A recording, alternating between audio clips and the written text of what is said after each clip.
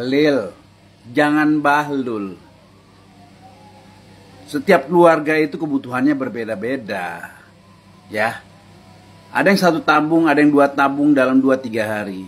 Dan kebetulan juga banyak pedagang-pedagang makanan. Nah, kalau gas susah didapat, bahkan harus hanya 1, kasihan mereka-mereka yang menjadi penjual. Itu mematikan ekonomi orang-orang yang sedang berjualan. Makanya jangan bahlul ente, ya.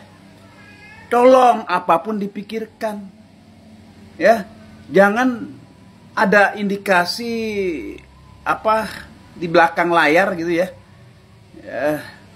Dikurangi tapi ada sesuatu yang akan dijadikan misinya.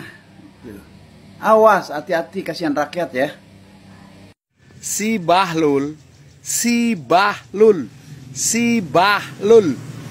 minta maaf tentang polemik melon 3 kg. Woi. Tidak usah kau minta maaf, Bahlul.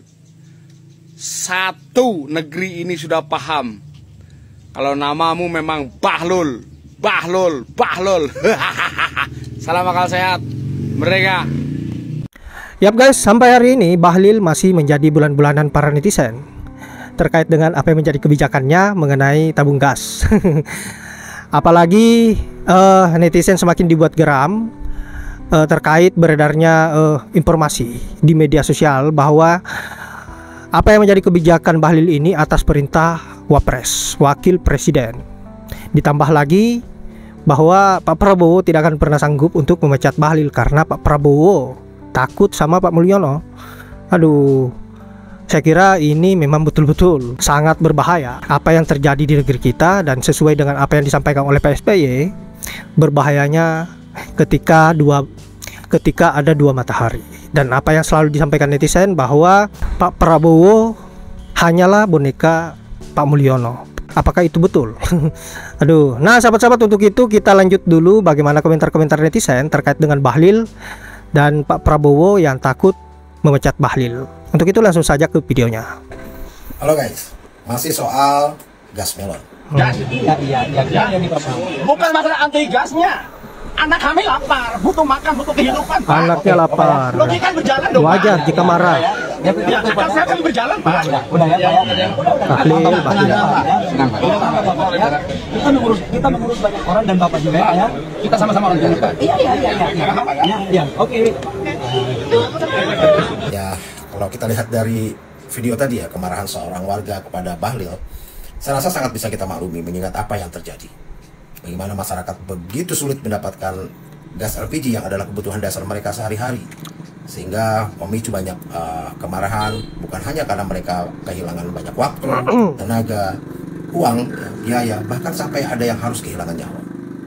Jadi saya rasa sangat wajar jika masyarakat marah kepada Bahlil ini, karena awal mula masalah ini dimulai ketika Menteri Energi dan Sumber Daya Mineral ini, SDM, mengeluarkan peraturan yang melarang penjualan gas LPG 3 kg melalui pengecer.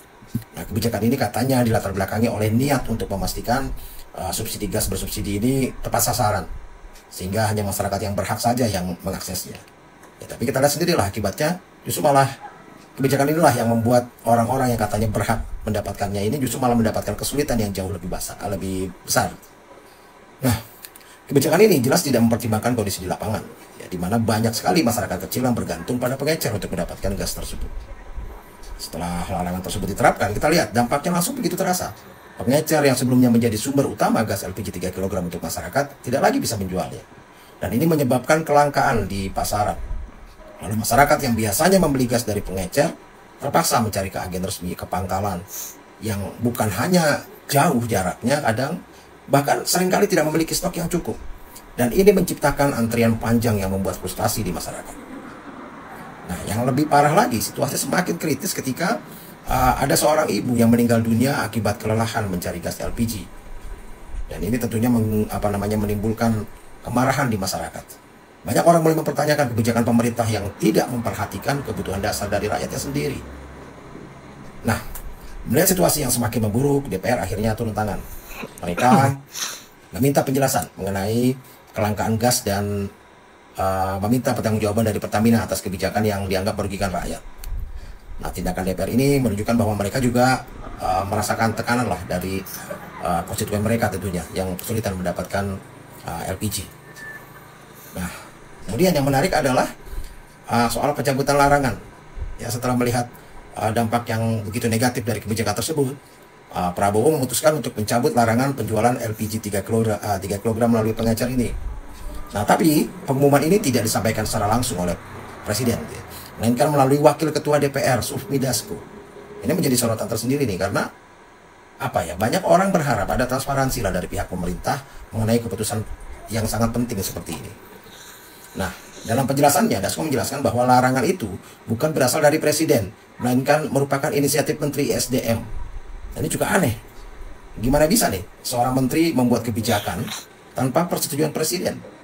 Bahkan kan kita sering dengar tuh, bahkan Gibran sendiri bilang sebagai Wakil Presiden, nggak ada visi misi menteri, nggak ada visi misi Wakil Presiden gitu. Yang ada visi misi Presiden. Lalu gimana ceritanya Bahlil bisa membuat inisiatif seperti ini? Atau jangan-jangan ada orang lain yang menyuruhnya melakukan inisiatif begini? Nah, terus saja hal ini kan banyak menimbulkan kecurigaan, pertanyaan ya, tentang koordinasi antara kementerian dan kepresidenan dalam pengambilan keputusan. Jadi setelah dia dilakukan pencabutan ini, justru malah semakin banyak kritik muncul dari berbagai kalangan nih. Banyak orang yang merasa bahwa harusnya sejak awal ini sudah bisa dicegah kejadian seperti ini.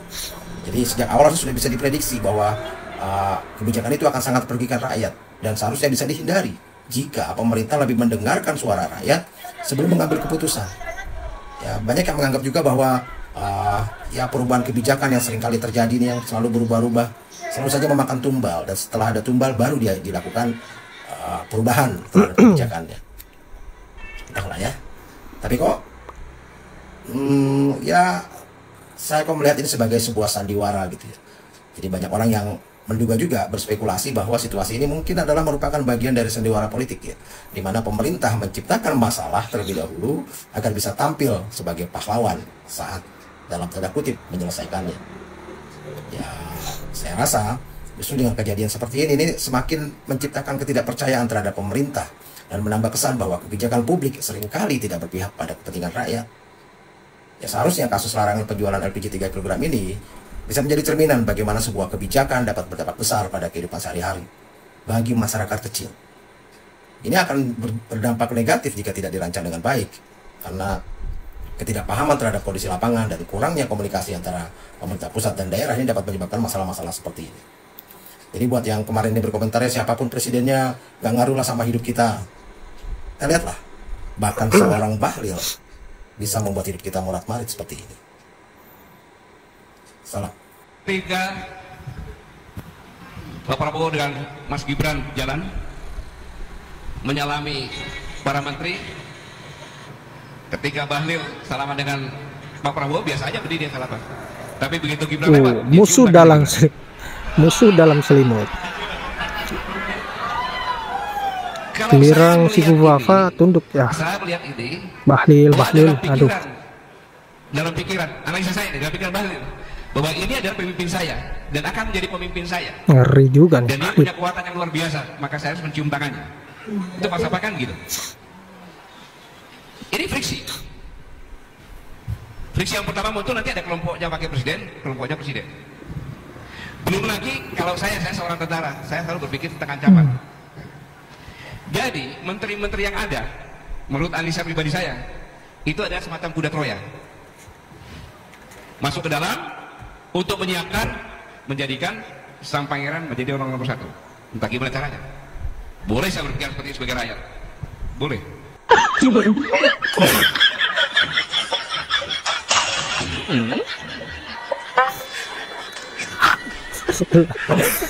Yang edit ada masalah apa sih? Aduh.